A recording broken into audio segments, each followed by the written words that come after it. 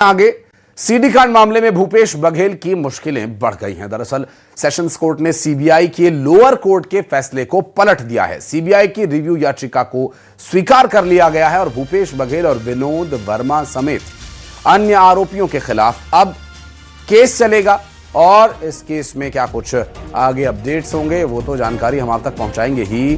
साथ ही आपको बता दें कि इस पूरे मामले में अब केस चलेगा और क्योंकि फैसला पलट दिया गया है और ऐसे में सीबीआई के लोअर कोर्ट के फैसले के पलटे जाने के बाद भूपेश बघेल और विनोद वर्मा की मुश्किलें बढ़ सकती हैं और रायपुर में किस तरह की गहमा गहमी है इस पर अब बात करेंगे। हमारे सहयोगी विश्ववरण शुक्ला इस वक्त हमारे साथ जुड़ गए हैं। विशु, एक नई मुसीबत दोनों आरोपियों के लिए, और भी कई नाम इसमें शामिल हो सकते हैं।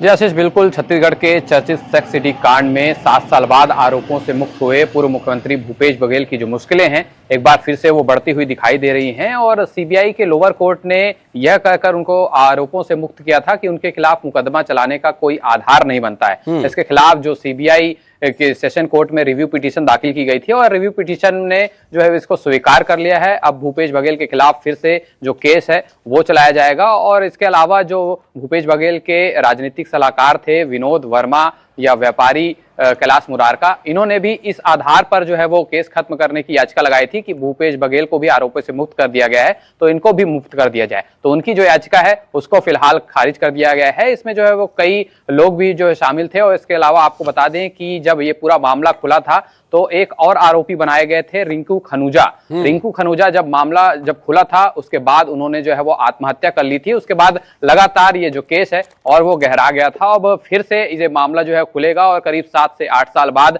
फिर से इस मामले में जो है वो फिर से एक बार अदालती कार्रवाई जो है देखने को मिलेगी। आपको बता दें कि विधानसभा चुनाव से ठीक पहले ये सीडी कांड खुला था जिसको लेकर जो उस समय के मंत्री थे राजेश मूणत, उनकी सेक्स सीडी कांड था और बताया जा रहा था कि ये वही हैं। इसी को लेकर जो है पूरा बवाल मचा था और करीब 500 सीडी के साथ जो पूर्व मुख्यमंत्री भूपेश बघेल के राजनीतिक सलाहकार थे विनोद वर्मा, उनको जो है वो गिरफ्तार किया गया था और उसके बाद जो है वो लगातार इस पर कार्रवाई देखने को मिली थी और जो मामला है वो जो है सीबीआई को सौंपा गया था। अब जो है लेकिन फिर से रिव्यू पिटीशन जो है वो कोर्ट ने स्वीकार कर ली है। अब इस पर जो है फिर से केस चलाया जाएगा। तो कुल मिलाकर जो पूर्व मुख्यमंत्री भूपेश बघेल हैं अब उनको फिर से कोर्ट में हाजिरी देनी होगी और इस मामले की फिर से जो सुनवाई है वो सीबीआई की स्पेशल कोर्ट में शुरू होगी।